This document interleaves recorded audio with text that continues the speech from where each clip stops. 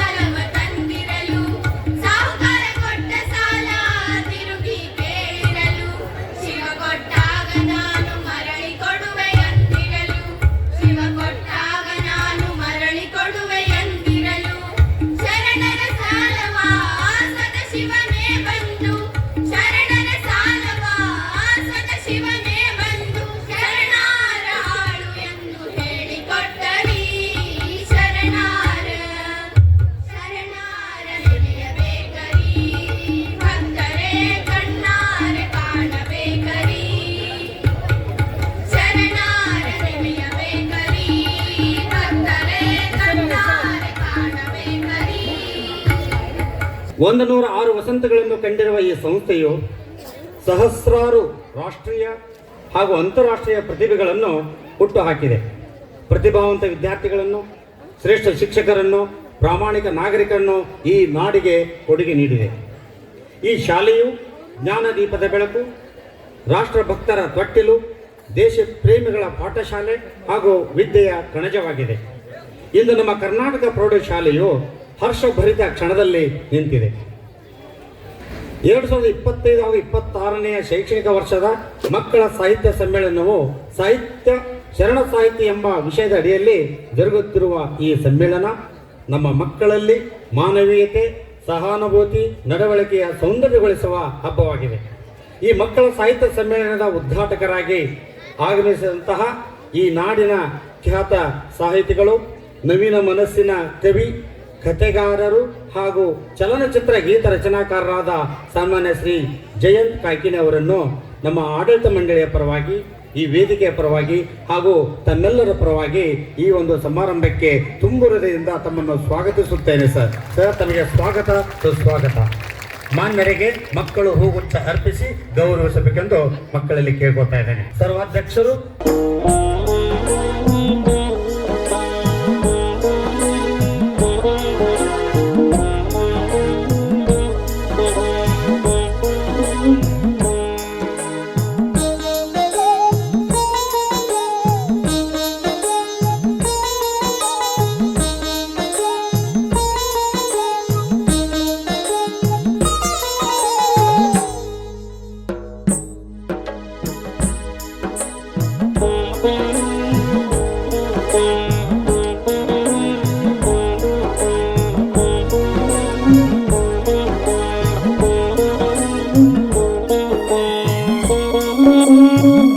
ನಮ್ಮ ಶಾಲೆಯ ಹಳೆಯ ವಿದ್ಯಾರ್ಥಿಗಳು ಹಾಗೂ ಕರ್ನಾಟಕ ಈ ಸಮಾರಂಭದಲ್ಲಿ ಉಪಸ್ಥಿತರಿರುವ ಆಡಳಿತ ಮಂಡಳಿಯ ಎಲ್ಲ ಗೌರವಾನ್ವಿತ ಪದಾಧಿಕಾರಿಗಳೇ ಸ್ವಾಗತ, ತಮ್ಮೆಲ್ಲರಿಗೂ ಸುಸ್ವಾಗತ. ಹಾಗೆಯೇ ನಮ್ಮ ಸಂಸ್ಥೆಯ ವಿವಿಧ ಶಾಲಾ ಕಾಲೇಜುಗಳ ಮುಖ್ಯಸ್ಥರನ್ನು, ಶಿಕ್ಷಕೇತರ ಸಿಬ್ಬಂದಿ ವರ್ಗದವರನ್ನು ಹಾಗೂ ಈ ಸಮಾರಂಭದ ಕೇಂದ್ರ ಬಿಂದು ಆದಂತಹ ಎಲ್ಲ ಮಕ್ಕಳನ್ನು ಈ ಒಂದು ಸುಂದರವಾದಂತಹ ಕಾರ್ಯಕ್ರಮಕ್ಕೆ ತಮ್ಮೆಲ್ಲರನ್ನು ಸ್ವಾಗತಿಸುತ್ತೇನೆ. ಬೇರೆ ಬೇರೆ ಶಾಲೆಗಳಿಂದ ಆಗಮಿಸಿದಂಥ ಎಲ್ಲ ನನ್ನ ಗೌರವಾನ್ವಿತ ಸ್ನೇಹಿತರಿಗೂ, ಬಂಧು ಭಗಿನಿಯರಿಗೂ ಈ ಒಂದು ವೇದಿಕೆಯ ಪರವಾಗಿ, ಆಡಳಿತ ಮಂಡಳಿ ಪರವಾಗಿ ತಮ್ಮೆಲ್ಲರಿಗೂ ತುಂಬ ಹೃದಯದಿಂದ ಸ್ವಾಗತಿಸುತ್ತೇನೆ. ಈ ಸಮ್ಮೇಳನಕ್ಕೆ ಆಗಮಿಸಿದಂಥ ಎಲ್ಲ ಗೌರವಾನ್ವಿತ ಮಾಧ್ಯಮ ಮಿತ್ರರನ್ನು, ನಮ್ಮ ಶಾಲೆಗಳ ಹಳೆಯ ವಿದ್ಯಾರ್ಥಿಗಳನ್ನು, ಬೋರ್ಡ್ ಸಂಸ್ಥೆಯ ಅಭಿಮಾನಿಗಳನ್ನು ನಮ್ಮ ಸಂಸ್ಥೆಯ ಪರವಾಗಿ ತಮ್ಮೆಲ್ಲರ ಪರವಾಗಿ ಸ್ವಾಗತಿಸುತ್ತೇನೆ. ಯಾವತ್ತೂ ಇಲ್ಲಿ ಆಗಮಿಸಿದಂತಹ ಎಲ್ಲ ಬಂಧು ಭಗಿನಿಯರಿಗೆ ಮತ್ತೊಮ್ಮೆ ಸ್ವಾಗತ, ಸುಸ್ವಾಗತ. ಇವತ್ತಿನ ಈ ಮಕ್ಕಳ ಸಾಹಿತ್ಯ ಸಮ್ಮೇಳನಕ್ಕೆ ಉದ್ಘಾಟಕರಾಗಿ ಮತ್ತು ಸರ್ವಾಧ್ಯಕ್ಷರಾಗಿ ಆಗಮಿಸಿರುವಂತಹ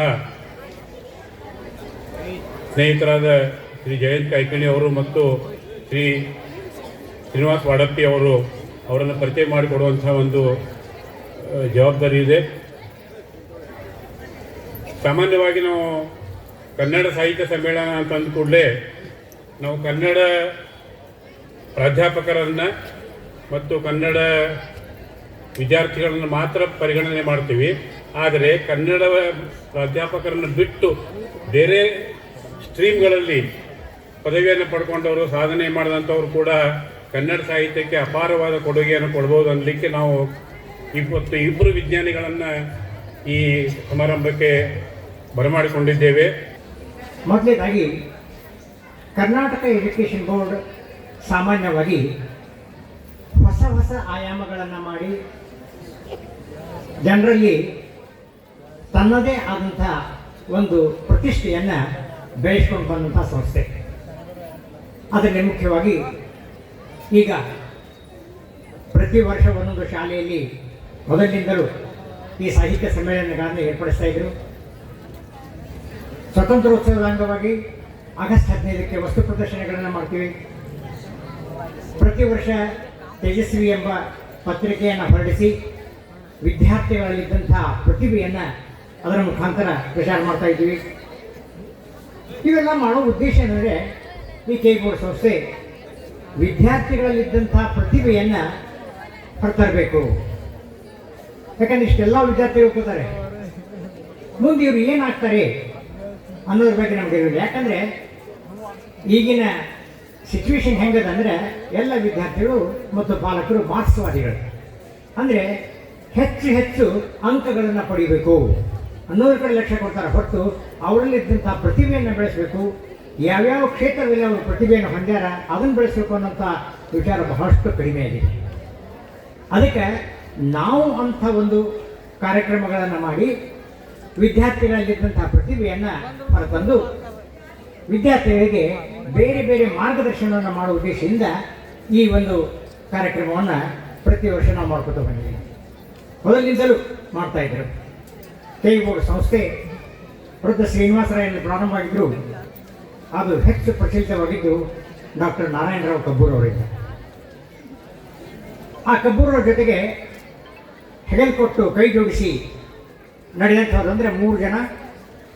ಒಬ್ಬರು ಇಲ್ಲಿಯ ಹೆಡ್ ಮಾಸ್ಟರ್ ಆಗಿ ನಿವೃತ್ತರಂಥ ಕೆ ಜಿ ಜೋಶಿಯವರು, ಕೆ ಇ ಬೋರ್ಡಿನ ಹೈಸ್ಕೂಲಿನ ಹೆಡ್ ಮಾಸ್ಟರ್ ಆಗಿ ನಿವೃತ್ತರಾದಂಥ ಶ್ರೀ ಎಸ್ ಜಿ ನಡಗೇರವರು ಹಾಗೂ ವಿದ್ಯಾರಣ್ಯ ಹೈಸ್ಕೂಲ್ ಹೆಡ್ ಮಾಸ್ಟರ್ ಅಂತ ಶ್ರೀ ಹೋಳಿಕಟ್ಟಿಯವರು.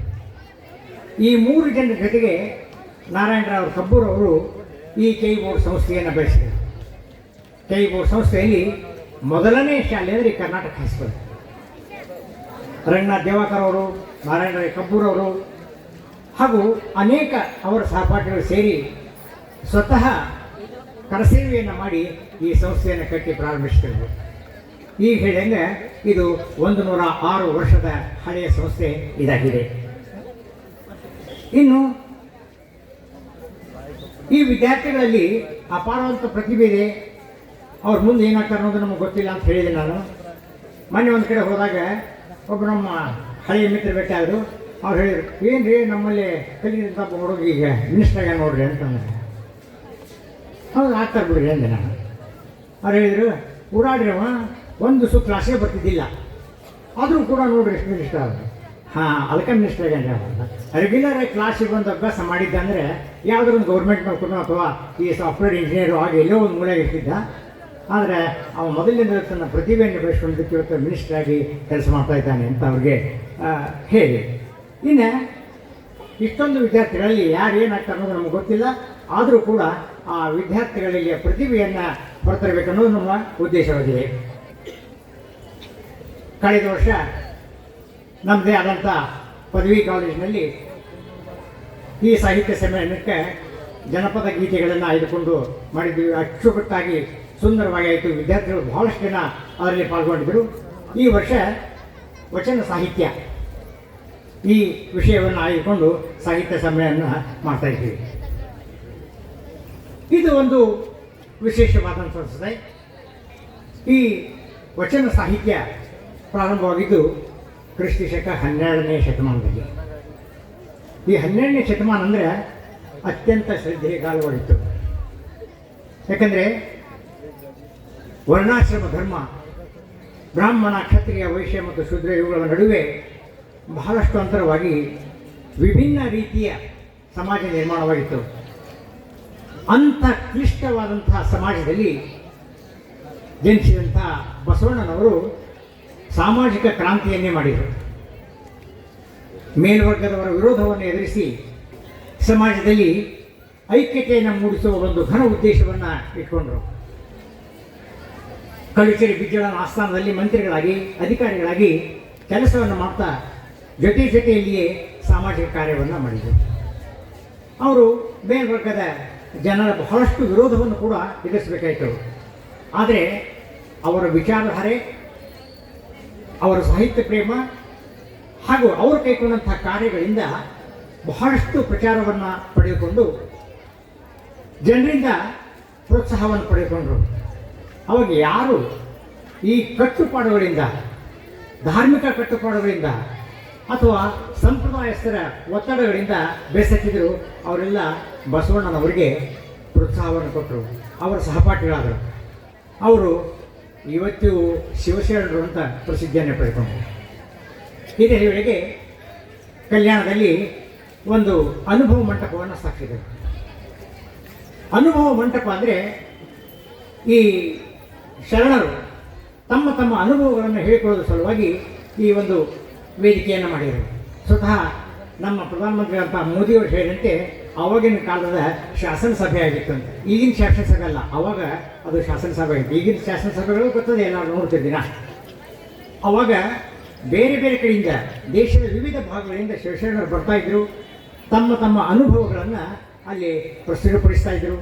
ಮೇಲಿನ ಮೇಲೆ ಅಲ್ಲಿ ಡಿಸ್ಕಷನ್ ಆಗ್ತಾಯಿದ್ದು. ಅಲ್ಲಮ ಪ್ರಭುಗಳ ನೇತೃತ್ವದಲ್ಲಿ ಇಂಥ ಒಂದು ವೇದಿಕೆ ಅಲ್ಲಿ ಸೃಷ್ಟಿಯಾಗಿತ್ತು. ಆ ವೇದಿಕೆಯ ಮೂಲಕ ಈ ವಚನ ಸಾಹಿತ್ಯ ಪ್ರಚಾರವನ್ನು ಪಡೆದುಕೊಂಡಿತು. ಈ ಅನುಭವ ಮಂಟಪದಲ್ಲಿ ಅನೇಕ ವಚನಕಾರರು ತಮ್ಮ ತಮ್ಮ ಅನುಭವಗಳ ಬಗ್ಗೆ ವಚನಗಳನ್ನು ರಚಿಸಿದರು. ಮೇಲ್ವರ್ಗದ ವಿರೋಧ ಇದ್ದರೂ ಕೂಡ ಬಸವಣ್ಣವರು ಗಟ್ಟಿಯಾಗಿ ನಿಂತು ಈ ಒಂದು ಚಳವಳಿಯನ್ನು ಮಾಡಿದರು. ಸಮಾಜದಲ್ಲಿ ಐಕ್ಯತೆಯನ್ನು ಮೂಡಿಸುವ ಒಂದು ಘನ ಉದ್ದೇಶವನ್ನು ಅವರು ಸಾಧಿಸಿದರು. ವಿಶೇಷವಾಗಿ ಅವ್ರ ಜೊತೆಗಿದ್ದಂಥವ್ರು ಅಂದರೆ ಅಲ್ಲಮಪ್ರಭು, ಅಕ್ಕ ಮಹಾದೇವಿ, ಅಂಬಿಗರ ಚೌಡಯ್ಯ, ಮಾದರ ಧೋಳಯ್ಯ ಮುಂತಾದಂಥ ಶಿವಶರಣರ ಜೊತೆಗೆ ಇದ್ದರು. ಆದರೆ ಈ ಚಳವಳಿ ತೀವ್ರಗೊಂಡಂತೆ ಕ್ಷೋಭೆ ಹೆಚ್ಚಾಯಿತು.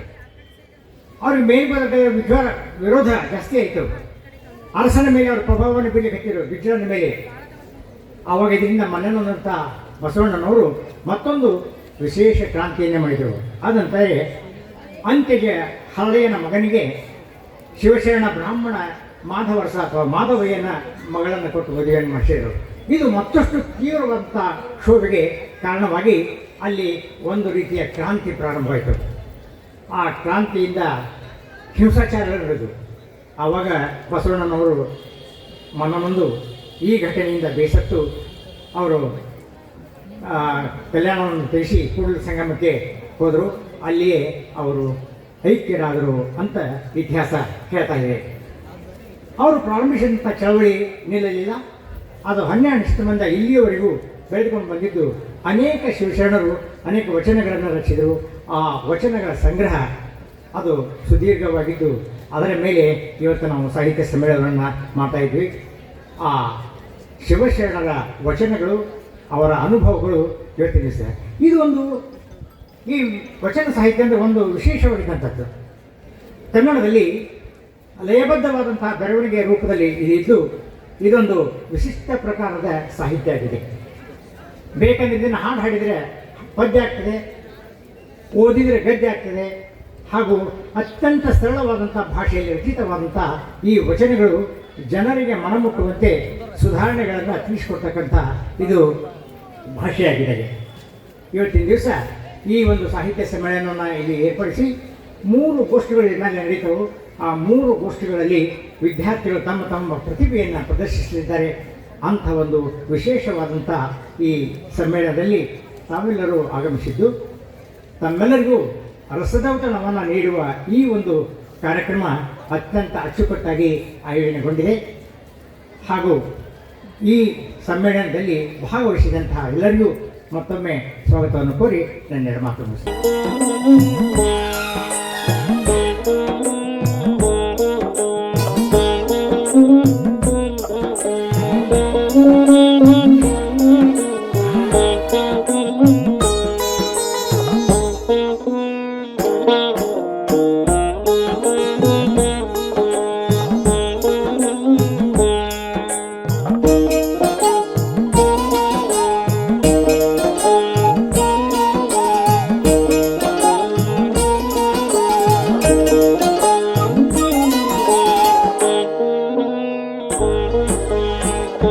ನಿಮಗೆ ಸೂರ್ಯನಂತೆ ಮಿಂಚುವ ಆಸೆ ಇದ್ದರೆ ಮೊದಲು ಸೂರ್ಯನಂತೆ ಒಲಿಯುವುದನ್ನು ಕಲಿಯಿರಿ ಎಂಬ ವಾಣಿಯಂತೆ ಸಾಹಿತ್ಯ ಕ್ಷೇತ್ರದಲ್ಲಿ ತಮ್ಮದೇ ಛಾಪನ್ನು ಮೂಡಿಸಿ ಮಿಂಚುತ್ತಿದ್ದಾರೆ ಉದ್ಘಾಟಕರಾಗಿ ಆಗಮಿಸಿದಂತಹ ಶ್ರೀ ಜೈನ್ ಕಾಕಿಣಿಯವರು ಉದ್ಘಾಟಕ ನುಡಿಯನ್ನು ಆಡಬೇಕೆಂದು ತಮ್ಮಲ್ಲಿ ನಮ್ರವಾಗಿ ವಿನಂತಿಸಿಕೊಳ್ಳುತ್ತಾರೆ. ಮಕ್ಕಳಿಗೆ ಮೊದಲು ನಮಸ್ಕಾರ. ಯಾಕಂದರೆ ಇದು ಮಕ್ಕಳ ಸಾಹಿತ್ಯ ಸಮ್ಮೇಳನ. ನಿಮ್ಮನ್ನು ಉದ್ದೇಶಿಸಿ ಮಾತಾಡೋದಕ್ಕೆ ನಾನು ಬಂದಿದ್ದೇನೆ. ತುಂಬ ಸಂತೋಷದ ಸಮಾಚಾರ ಇದು. ಯಾಕಂದರೆ ಒಂದು ಶಾಲೆಯ ಶತಮಾನೋತ್ಸವ ಸಂದರ್ಭ 7 ವರ್ಷಗಳ ಹಿಂದೆ ಆಯಿತು. ಇವತ್ತು 107ನೇ ವರ್ಷ ಈ ಕರ್ನಾಟಕ ಹೈಸ್ಕೂಲಿನ ಈ ಸಂದರ್ಭ. ಎಂತೆಂಥ ಮಹನೀಯರು ಕೆಲಸ ಮಾಡಿ ಹೋದಂಥ, ಕಲಿತು ಹೋದಂಥ, ಪಾಠ ಮಾಡಿ ಹೋದಂಥ ಶಾಲೆ ಇದು. ನನ್ನ ಗೆಳೆಯರಾದಂಥ ಗುರುರಾಜ್ ಜಮಖಂಡಿಯವರು ನನಗೆ ಫೋನ್ ಮಾಡಿದಾಗ ನನಗೆ ರೋಮಾಂಚನ ಆಯಿತು. ಬರ್ತೀರೇನು? ಇದಕ್ಕೆ ನಾನು ಖಂಡಿತ ಬರ್ತೀನಪ್ಪ. ಧಾರವಾಡಕ್ಕೆ ಬರೋದಕ್ಕೆ ನನಗೆ ಬಸ್ ಸ್ಟಾಪ್ ಉದ್ಘಾಟನೆ ಕರೆದ್ರೂ ಬರ್ತೀನಿ ನಾನು ಅಂತ ಹೇಳಿದ್ದೆ. ನನಗೆ ಡೇಟ್ ಹೊಂದಾಣಿಕೆ ಆಗಬೇಕಷ್ಟೇ. ಯಾಕೆಂದ್ರೆ ಧಾರವಾಡದಲ್ಲಿ ನಾನು 73ನೇ ಇಸ್ವಿಯಲ್ಲಿ ಸುಮಾರು ಆಲ್ಮೋಸ್ಟ್ 50 ಇಯರ್ಸ್ 50 ವರ್ಷದ ಹಿಂದೆ ನಾನು MSc ಮಾಡಲಿಕ್ಕೆ ಹೇಳಿದ್ದೆ. ನನ್ನ ಜೀವನದಲ್ಲಿ ಬಹಳ ಮಹತ್ವದ ಹೊಸ ಬಾಗಿಲುಗಳನ್ನು ತೆರೆದು ಊರಿದು.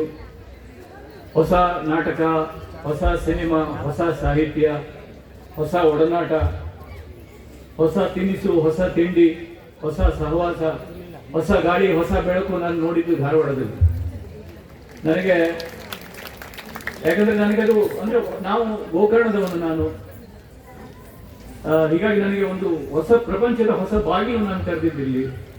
ಸತ್ತವರು ನೆರಳು ನಾಟಕ ನೋಡಿದ್ದೆ ನಾನು ಇಲ್ಲಿ, ಸಂಸ್ಕಾರ ಸಿನಿಮಾ ನೋಡಿದ್ದಿಲ್ಲಿ, ಬಾಬಿ ಐಸ್ ಎಲ್ಲ ನೋಡಿದ್ದಿಲ್ಲಿ.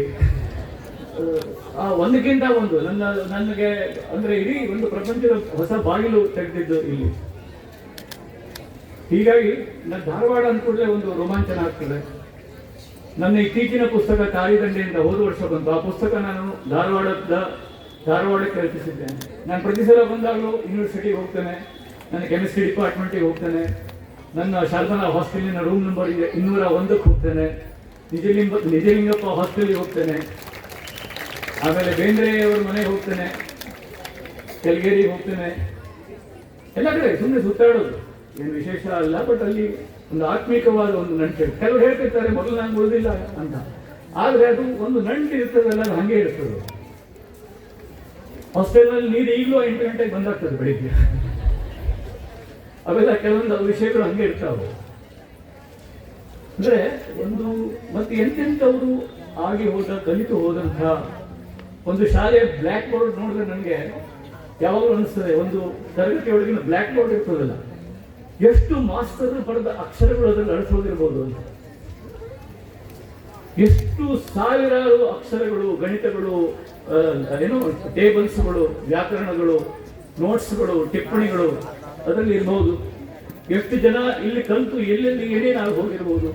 ನಾನು ಅದೇ ನೋಡ್ತಾ ಇದ್ದೆ. ಧರ್ಮಾರ್ಕರ್ ಅವರು, ರಂಗನಾಥ್ ದಿವಾಕರ್ ಅವರು, ಶಂಭಾ ಜೋಶಿ ಅವರು, NS ಗದರ್ಕರ್ ಅವರು, ಬೇಂದ್ರೆ ಅವರು, ಒಬ್ಬರಿಗಿಂತ ಒಬ್ಬರು ಇಲ್ಲಿ ಪಾಠ ಮಾಡಿ ಹೋಗಿದ್ದಾರೆ.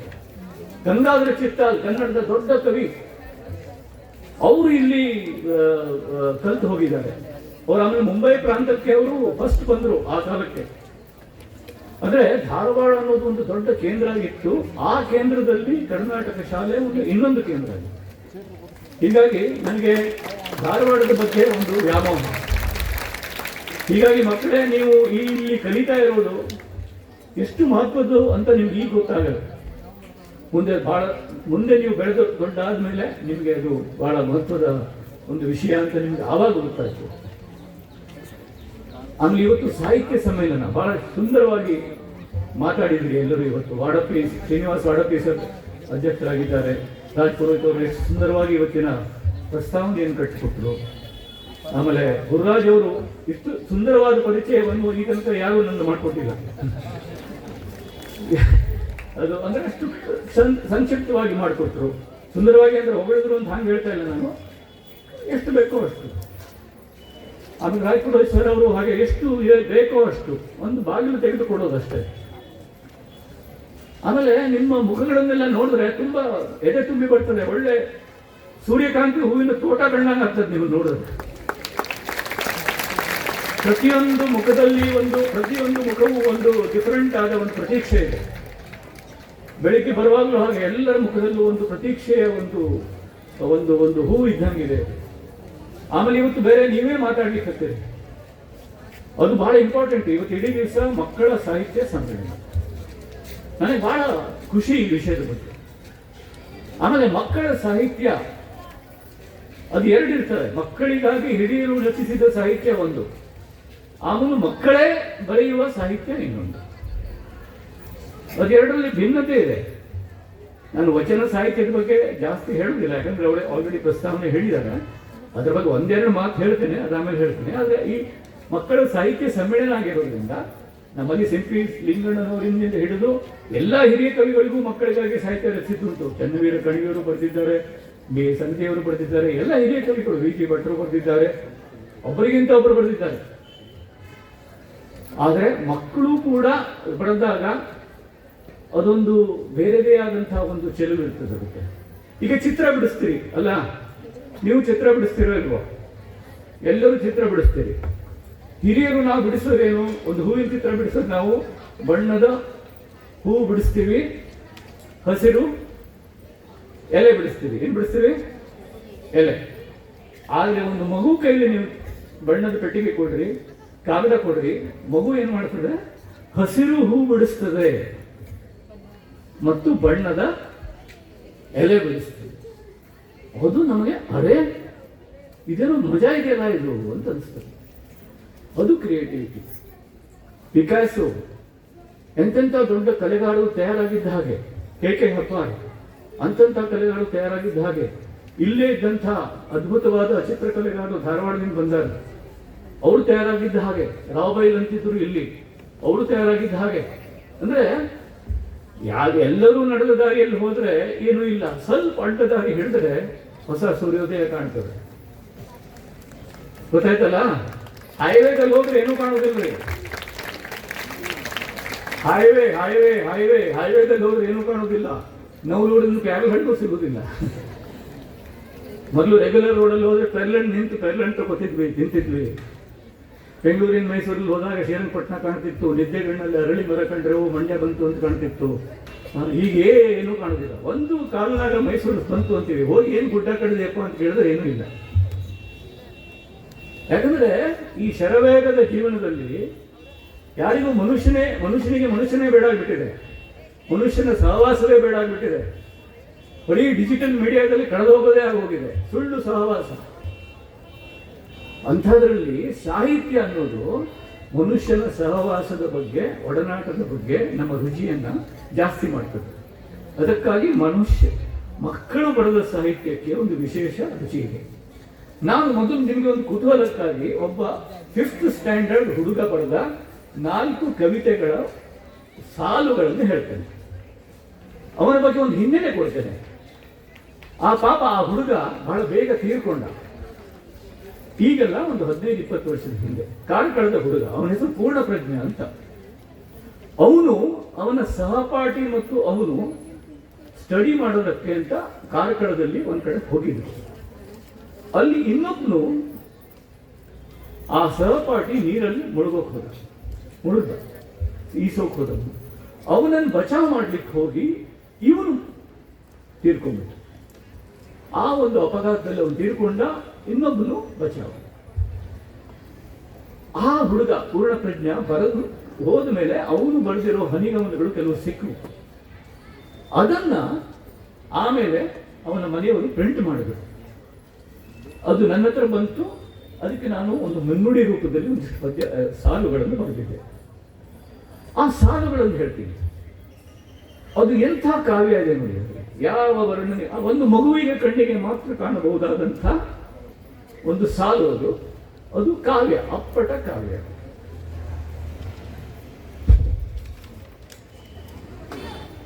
ಮೇಣದ ಬತ್ತಿ ಬೆಳಕು ಕೊಡುತ್ತದೆ ನಿಜ, ಅದಕ್ಕೆ ತಕ್ಕ ಹಾಗೆ ನಾವು ಬರೆಯದಿದ್ದರೆ ಅದು ಚಿಕ್ಕದಾಗುತ್ತಾ ಬಂದು ಆರಿ ಹೋಗುತ್ತದೆ ಅಲ್ಲವೇ? ನೋಡಿ, ಎಷ್ಟು ಸಿಂಪಲ್ ಇದೆ ನೋಡಿ. ಮೇಣದ ಬತ್ತಿ ಬೆಳಕು ಕೊಡುತ್ತದೆ, ಆದರೆ ಅದಕ್ಕೆ ತಕ್ಕುದಾಗಿ ನಾವು ಬರೀಬೇಕು.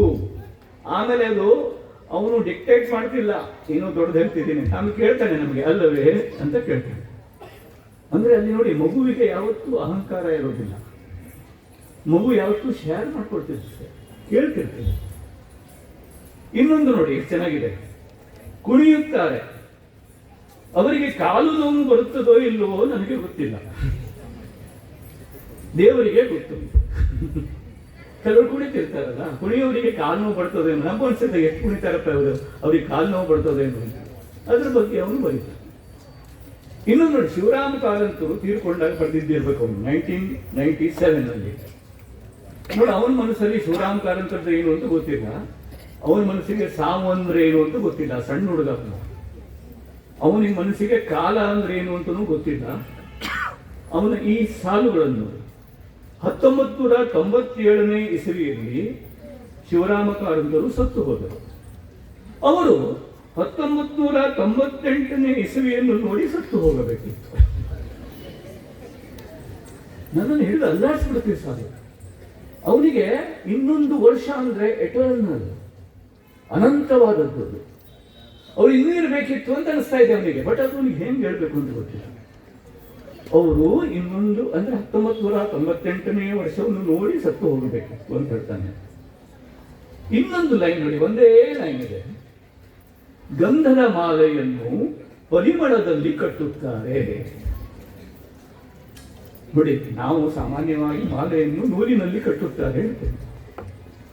ಇವನು ಹೇಳ್ತಾನೆ ಗಂಧದ ಮಾಲೆಯನ್ನು ಯಾವ್ದ್ರಲ್ಲಿ ಕಟ್ತಾರೆ?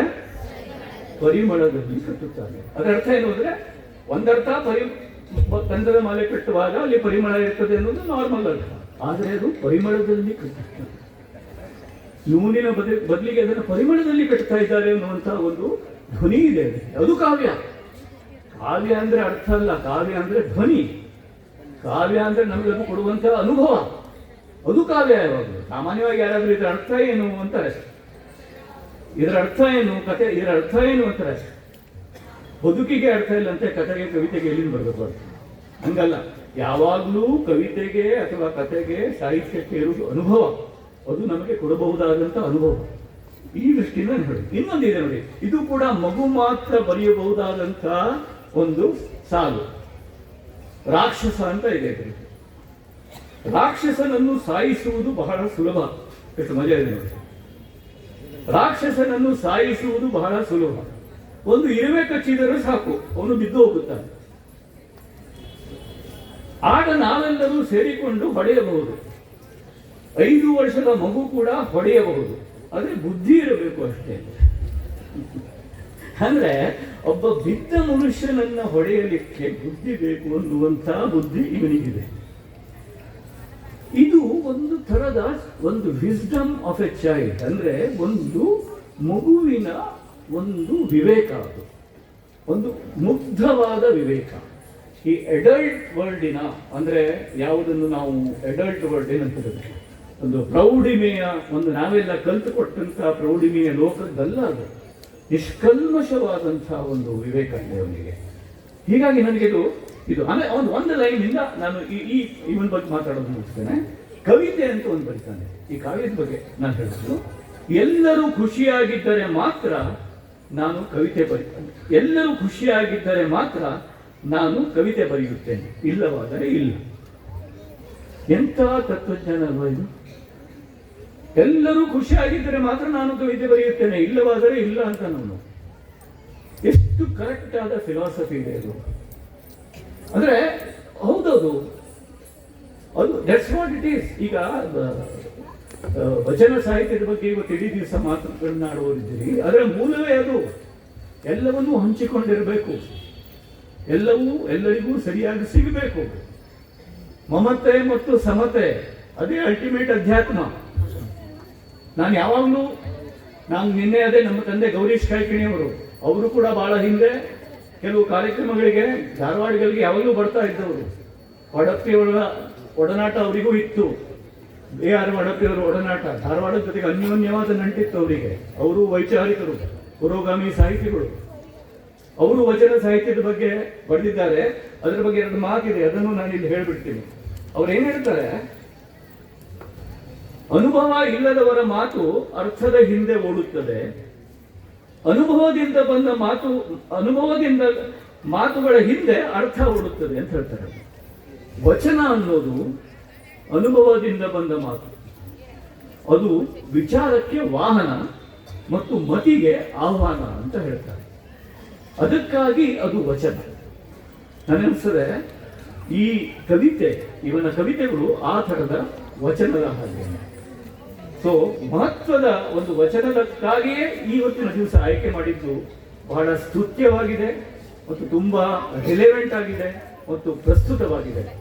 ಯಾಕಂದ್ರೆ ಮಕ್ಕಳ ಮನಸ್ಸಿನಲ್ಲಿ ಕೂಡ ಇವತ್ತು ಹಿರಿಯರು ನಾವು ಜಾತಿ ಮತಗಳ ಭೇದವನ್ನ ಬಿತ್ತುತ್ತಿರುವ ಕಾಲದಲ್ಲಿ ನಾವಿದ್ದೇವೆ.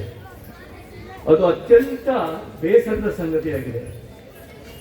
ಶಿಕ್ಷಕರ ತಲೆಯಲ್ಲಿ ಜಾತಿ ಮತಗಳ ಭೇದ ಇದೆ, ವೈದ್ಯರ ತಲೆಯಲ್ಲಿ ಜಾತಿ ಮತಗಳ ಭೇದ ಇದೆ, ಸ್ಟಾಫ್ ರೂಮ್ಗಳಲ್ಲಿ ಅದರ ಚರ್ಚೆ ನೋಡ್ತಾ ಇದ್ದೇನೆ, ಆಸ್ಪತ್ರೆಗಳಲ್ಲಿ ಅದರ ಚರ್ಚೆ ನೋಡ್ತಾ ಇದ್ದೇನೆ. ಮಕ್ಕಳ ತಲೆಯಲ್ಲಿ ನಾವು ಇವುಗಳನ್ನು ಮೀರಿದ ಒಂದು ಆವರಣವನ್ನು ಬಿತ್ತಬೇಕಾದ ಕಾಲದಲ್ಲಿ ಇಂಥ ಸಂಕುಚಿತ, ಹಾಗಾದ್ರೆ ನಮ್ಮ ಇಷ್ಟು ದಿವಸದ ಪ್ರಯಾಣ ವ್ಯರ್ಥವಾಯ್ತಲ್ಲ, 100 ವರ್ಷಗಳ ಪ್ರಯಾಣ ವ್ಯರ್ಥವಾಯ್ತಲ್ಲ ಅಂತ ಅನ್ಸ್ಬಿಡ್ತದೆ. ಅದಕ್ಕಾಗಿ ನಾನು ಎಲ್ಲ ಕಡೆಗೆ ವಿದ್ಯಾರ್ಥಿಗಳ ಜೊತೆಗೆ ಸಂವಾದ ಮಾಡುವಾಗ ಒಂದು ರೂಪಕವನ್ನು ಕೊಡ್ತೇನೆ. ಆ ರೂಪಕವನ್ನು ಕೊಡುವ ಮೊದಲು ಕುವೆಂಪು ಅವರ ಅಂದರೆ ಹಿರಿಯರು ಮಕ್ಕಳಿಗಾಗಿ ಪಡೆದ ಪದ್ಯದ 2 ಉದಾಹರಣೆ ಕೊಟ್ಟು ಒಂದು ರೂಪಕ ಕೊಟ್ಟು ನನ್ನ ಮಾತನ್ನು ಮುಗಿಸ್ತೇನೆ. ಯಾಕಂದ್ರೆ ಮುಂದಿನ ಗೋಷ್ಠಿ 11ಕ್ಕೆ ಅಂತ ಇದೆ. ಆ ಗೋಷ್ಠಿ ತಡ ಆಗಬಾರ್ದು, ಅದು ಇನ್ವಿಟೇಷನ್ ಅಲ್ಲಿ ಇರೋದ್ರಿಂದ 2 ಮಾತುಗಳನ್ನು ಆಡಿ ನನ್ನ ಮಾತು ಮುಗಿಸ್ತೇನೆ. ಕುವೆಂಪು ಅವ್ರದ್ದು ದೊಡ್ಡ ದೊಡ್ಡ ಮಾತುಗಳಿರ್ತವೆ, ಅದು ಗೊತ್ತು ನಮಗೆ, ಅದ್ಭುತವಾದ ಮಾತುಗಳು ಎಲ್ಲ ಇದೆ. ಆದ್ರೆ ಅವ್ರ ಮಕ್ಕಳ ಬಗ್ಗೆ ಬರೆದಿದ್ದು ಪದ್ಯ ಯಾರಿಗೂ ಗೊತ್ತಿಲ್ಲ. ಅವರ ಮೊಮ್ಮಗನ ಬಗ್ಗೆ, ಅವರ ಮಗನ ಬಗ್ಗೆ, ತೇಜಸ್ವಿ ಗೊತ್ತಲ್ವಾ ನಿಮಗೆ? ಪೂರ್ಣಚಂದ್ರ ತೇಜಸ್ವಿ ಅವರು ಬೇಕು, ಕನ್ನಡದ ಬಹಳ ದೊಡ್ಡ ಲೇಖಕರು. ಅವರು ಕುವೆಂಪು ಅವರ ಮಗ. ಅವರು ಸಣ್ಣಿರುವಾಗ ಅಜ್ಜಿ ಮನೆಗೆ ಹೋಗಿರ್ತಾರೆ. ಆಗ ಕುವೆಂಪು ಅವರು ಅವರ ನೆನಪಿನಲ್ಲಿ ವಾತ್ಸಲ್ಯ ವಿರಹಿ ಅಂತ 2-3 ಪದ್ಯ ಬರೆದಿದ್ದಾರೆ. ಅದನ್ನು ಹೇಳ್ತೀವಿ 2 ಸಾಲು, ಅದು ಚೆನ್ನಾಗಿದೆ. ಅದ್ರಲ್ಲಿ ಏನ್ ಹೇಳ್ತಾರೆ ಅವರು ಅಂದ್ರೆ, ಅಲ್ಲಿ ಟುವಿ ಅಕ್ಕಿ ಅಂತ ಬರ್ತದೆ ಮಲೆನಾಡಿನಲ್ಲಿ, ಅದು ಟುವಿ ಅಂತ ಕರೀತದೆ. ಇವರು ಬರೀತಾರೆ ಟುವಿ ಅಂತ ಕರೆದ್ರೆ ತೇಜಸ್ವಿ ಅಂತ ಕರೆದಂಗೆ ಹೇಳ್ತಾರೆ ಅಂತ ಹೇಳಿ. ಇದು ಒಂದು. ಇನ್ನೊಂದಿದೆ, ಅದು ಬಹಳ ನನಗೆ ಇಷ್ಟ. ಅದು ಹೇಳ್ತದೆ, ತೇಜಸ್ವಿ ನೀನು 3 ವರ್ಷದ ಕಂದ, ನಾನು 3 ವರ್ಷದ ತಂದೆ, ನಾವಿಬ್ಬರೂ ಒಂದೇ ಅಂತ ಹೇಳ್ತಾರೆ. ಎಷ್ಟು ಸುಂದರವಾದ ಸಾಲು. ಅಂದ್ರೆ ನಮ್ಮ ಮನೆಯಲ್ಲಿ ಒಂದು ಮಗು ಹುಟ್ಟಿದಾಗ ನಾವು ಒಂದು ಮನೆಯಲ್ಲಿ ಆ ಮಗುವಿನ ಜೊತೆಗೆ ಒಂದು ತಾಯಿ ಹುಟ್ಟಿರ್ತಾಳೆ, ಆ ಮಗುವಿನ ಜೊತೆಗೆ ಒಂದು ತಂದೆ ಹುಟ್ಟಿರ್ತಾನೆ, ಒಂದು ಅಜ್ಜ ಹುಟ್ಟಿರ್ತಾನೆ, ಒಬ್ಬ ಕಾಕ ಹುಟ್ಟಿರ್ತಾನೆ, ಒಬ್ಬ ಕಾಕಿ ಹುಟ್ಟಿರ್ತಾಳೆ, ಒಬ್ಬ ಮಾವಶಿ ಹುಟ್ಟಿರ್ತಾಳೆ, ಎಷ್ಟು ಜನ ಹುಟ್ಟಿರ್ತಾರೆ. ನಾವು ಅದನ್ನೆಲ್ಲ ಮರೆತು ಬಿಟ್ಟಿರ್ತೇವೆ. ನಾವೊಂದು ಮಗು ಹುಟ್ಟು ಬರೀ ಮಗು ಮಾತ್ರ ಹುಟ್ಟಿದೆ ಅಂತ ಅದ್ರಾಗೆಲ್ಲ ಹಿಂಡಿ, ಇದು ಹಿಂಡಿ, ಅದು ಹಿಂಡಿ, ಬರೀ ಮಗುವನ್ನಷ್ಟೇ ನಾವು ನೋಡ್ತಾ ಇರ್ತೇವೆ. ಒಂದು ಮಗುವಿನ ಜೊತೆಗೆ ಒಂದು ಮನೆಯಲ್ಲಿ ಎಷ್ಟೊಂದು ಪಾತ್ರಗಳು ಹುಟ್ಟಿರ್ತಾವೆ. ತಂದೆ ಹುಟ್ಟಿರ್ತಾನೆ, ಅಜ್ಜ ಹುಟ್ಟಿರ್ತಾನೆ ಅನ್ನೋದನ್ನ ಒಂದು ಸಾಲಿನಲ್ಲಿ, ನೀನು 3 ವರ್ಷದ ಕಂದ, ನಾನು 3 ವರ್ಷದ ತಂದೆ, ನಾವಿಬ್ಬರೂ ಒಂದೇ ಅನ್ನುವ ಸಾಲಿನಲ್ಲಿ ಹುಟ್ಟಿರ್ತಾರೆ. ಹೀಗೆ ನಾನು ಹೇಳೋದು ಅಂದ್ರೆ, ಒಂದು ಕವಿ ಸಾಲಿನಿಂದ ನಮ್ಮ ದೃಷ್ಟಿಕೋನವನ್ನೇ ಬದಲಾಯಿಸಬಲ್ಲ ತಾಕತ್ತು ಇರ್ತದೆ. ಈಗ ಒಂದು ರೂಪಕದೊಂದಿಗೆ ನನ್ನ ಮಾತು ಮುಗಿಸ್ತೇನೆ. ಯಾಕಂದ್ರೆ ಇಡೀ ವಚನ ಸಾಹಿತ್ಯ ಅದರ ಜೀವಾಳ ಆಗಿದೆ. ಏನು ಅಂದ್ರೆ, ಹಾವು ಏಣಿ ಆಟ ಗೊತ್ತಾ ನಿಮ್ಗೆ ಮಕ್ಕಳೇ? ಹಾವು ಏಣಿ ಆಟದಲ್ಲಿ ಏನಿರ್ತದೆ? ನೀವು ಆಡ್ತೀರಿ, ಹಾವು ಕೆಳಗೆ ಹೋಯ್ತದೆ, ಏಣಿ ಮೇಲೆ ಹೋಯ್ತದೆ ಅಲ್ಲ. ನಮ್ಮ ವಿಕಾಸ ಇದೆಯಲ್ಲ, ಹೇಗೆ ಈ ಶಾಲೆಯ 100 ವರ್ಷದ ವಿಕಾಸ ಇದೆಯೋ, 107 ವರ್ಷದ ವಿಕಾಸ ಇದೆಯೋ, ನಮ್ಮ ಸಮಾಜದ 106 ವರ್ಷದ ವಿಕಾಸ ಇದೆಯೋ, ಹಾಗೆ ನಮ್ಮ ವಿಕಾಸ ಪಥವು ಹಾವು ಏಣಿ ಆಟ. ಇದರಲ್ಲಿ ಅಜ್ಞಾನ, ಮೂಢನಂಬಿಕೆಗಳು, ಅವು ಇವು ತುಂಬಾ ಇವೆ, ಯುದ್ಧಗಳು ಅವು ಇವು ತುಂಬಾ ಇದೆ ನಮ್ಮ ಇತಿಹಾಸದುದ್ದಕ್ಕೂ. ಹಾವುಗಳೆಲ್ಲ ಮೂಢನಂಬಿಕೆಗಳು, ಅಜ್ಞಾನ, ಅನಕ್ಷರತೆ ಅವೆಲ್ಲ ಇದ್ವು. ಆದರೆ ಏಣಿಗಳು ಸಿಕ್ಕವು ನಮಗೆ. ವಚನಕಾರರು ಸಿಕ್ಕಿದ್ರು, ದಾಸರು ಸಿಕ್ಕಿದ್ರು, ಎಂತೆಂಥ ವಿಚಾರವಂತರು ಸಿಕ್ಕಿದ್ರು, ಅವೆಲ್ಲ ಏಣಿಗಳು. ಮತ್ತೊಂದು ಯಾವುದೋ ಹಾವು ಸಿಕ್ತು, ಮತ್ತೆ ಕೆಳಗೆ ಹೋದ್ವಿ.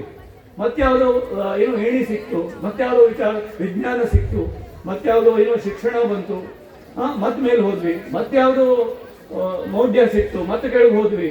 ಹೀಗೆ ಆಗ್ತಾ ಆಗ್ತಾ ಕಳೆದ 100 ವರ್ಷ ಮತ್ಯಾರೋ ಕಬ್ಬು ಅಂಥವ್ರು ಬಂದರು, ಮತ್ಯಾರೋ ಬಂದರು, ಮತ್ಯಾವುದೋ ಶಾಲೆ ಕಟ್ಟಿದ್ರು, ಕಾಲೇಜ್ ಕಟ್ಟಿದ್ರು, ಮತ್ತೆ ಮೇಲೆ ಹೋದ್ವಿ. ಹೀಗೆ ಮತ್ಯಾರೋ ಬ್ರಿಟಿಷರ್ ಅಂತವ್ರು ಬಂದರು, ಕೆಳಗೆ ಹೋದ್ವಿ. ಎಲ್ಲ ಮಾಡಿಕೊಂಡು ನಾವು ಮೇಲ್ ತನಕ ಬಂದ್ವಿ. ಆದರೆ ಹಾವು ಏಣಿ ಆಟದಲ್ಲಿ 93ನೇ ಜಾಗದಲ್ಲಿ ಏನಿರ್ತದೆ? ದೊಡ್ಡ ಹಾವು ಇರ್ತದೆ. ನಮ್ಮ ಸಮಾಜದಲ್ಲಿ ಈಗ ಆ ಥರದ ಬೇರೆ ಬೇರೆ ರೀತಿಯ ನಮ್ಮೆಲ್ಲರನ್ನು ತಿರುಗಿ ಎಲ್ಲಿ ಹೋಗ್ಲಿಕ್ಕೆ, ಮತ್ತೆ ತಿರುಗಿ ಶಿಲಾಯುಗಕ್ಕೆ ಕೊಂಡು ಹೋಗುವಂತಹ ಒಂದು ಹಾವು ನಮ್ಮನ್ನೆಲ್ಲ, ನಮ್ಮ ಮನಸ್ಸನ್ನು ಆವರಿಸಿದೆ. ಅದು ಮತ್ತೆ ಈ ಜಾತಿ, ಮತ, ವರ್ಗ ಮತ್ತು ಈ ಅಹಂಕಾರ ಮತ್ತು ಏನಂತಿರೋದಕ್ಕೆ ಐಹಿಕ ಭೋಗ ಲಾಲಸೆ. ಅಂದ್ರೆ ಬೇರೆಯವರು ಯಾರು ಕಾಣುವುದೇ ಇಲ್ಲ ನಮಗೆ, ಬರೀ ನಾನು, ನಂದು, ಆಮೇಲೆ ಈ ಮೆಟೀರಿಯಲಿಸಮ್ ಏನಂತಿದೆ, ಬರೀ ದುಡ್ಡು. ಅಂದ್ರೆ ಯಾರಿಗೂ ಯಾರು ಬೇಡ. ಈ ರೀತಿಯ ಒಂದು ಸ್ವಾರ್ಥಪರವಾದಂಥ ಒಂದು ಏನಿದೆಯಲ್ಲ, ಅದು ಇವತ್ತಿನ ಒಂದು ದೊಡ್ಡ ಹಾವು. ಆ ಹಾವಿಗೆ, ಈ ಮತೀಯತೆಗೆ, ಈ ಜಾತೀಯತೆಗೆ ನಾವು ಬಲಿಯಾದರೆ ಮತ್ತೆ ನಾವು ವಾಪಸ್ಸು ನಮ್ಮ ಮುಂದಿನ ತಲೆಮಾರು ನಮ್ದಾಗೋಗಿದೆ. ಅದಕ್ಕಾಗಿ ಪಾಲಕರೇ, ಶಿಕ್ಷಕರೇ, ದಯವಿಟ್ಟು ಅದನ್ನು ಮೀರೋದಕ್ಕೆ ಸಾಹಿತ್ಯ ಇರೋದು, ಅದನ್ನು ಮೀರೋದಕ್ಕೆ ಕಲೆ ಇರೋದು, ಅದನ್ನು ಮೀರೋದಕ್ಕೆ ಮನುಷ್ಯ ಇದನ್ನೆಲ್ಲ ಮಾಡ್ಕೊಂಡಿರೋದು, ಸಂಗೀತ, ಸಾಹಿತ್ಯ. ನಾವು ಅದನ್ನೆಲ್ಲ ಮಾಡಿಕೊಂಡು ನಾವು ಮತ್ತೆ ನಮ್ಮ ತಲೆಯಲ್ಲಿ ಅದನ್ನೇ ಇಟ್ಕೊಂಡು ಮತ್ತು ನಾವು ವಾಪಸ್ಸು ಹಿಂದೆ ಹೋಗೋದಿದ್ದರೆ ಎಲ್ಲವೂ ನಿಷ್ಫಲವಾದದ್ದು.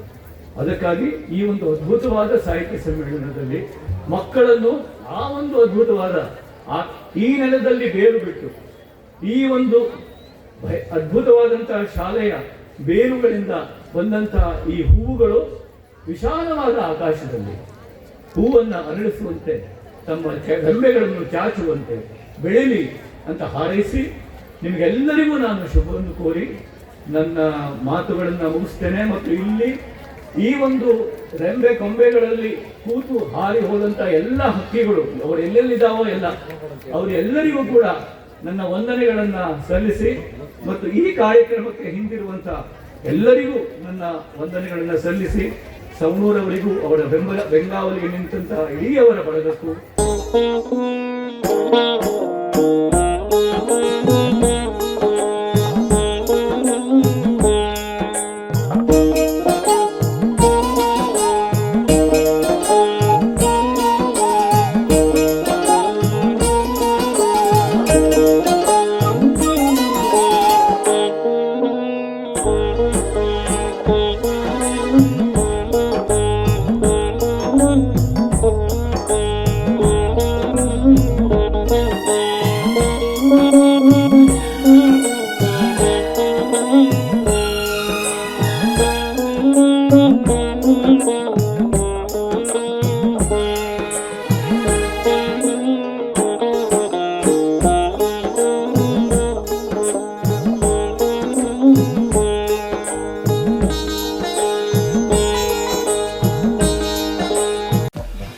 ಗ್ರಾಹಕರೇ, ಸೆಕೆಂಡ್ ಹ್ಯಾಂಡ್ ವಾಹನ ಬೇಕಾ? ಕಾರ್ ಮತ್ತು ಬೈಕ್ ಬೇಕಾದರೆ ನ್ಯಾಷನಲ್ ಆಟೋ ಕನ್ಸಲ್ಟೆಂಟ್ಗೆ ಭೇಟಿ ನೀಡಿ. ಇಲ್ಲಿ ಎಲ್ಲ ತರಹದ ಸೆಕೆಂಡ್ ಹ್ಯಾಂಡ್ ಬೈಕ್ ಮತ್ತು ಕಾರುಗಳು ಸಿಗುತ್ತದೆ. ವಿಶೇಷವೇನೆಂದರೆ ಲೋನ್ ಮೂಲಕ ವಾಹನ ಖರೀದಿ ಮಾಡಬಹುದು. ನೀವು ಭೇಟಿ ನೀಡಬೇಕಾದ ಸ್ಥಳ old DSP circle, BSL office near KC park, Dharwad. Mobile ಸಂಖ್ಯೆ 7348821313 9008447288. ಈ ನಂಬರ್ಗೆ ಹೆಚ್ಚಿನ ಮಾಹಿತಿಗಾಗಿ ಸಂಪರ್ಕಿಸಬಹುದು.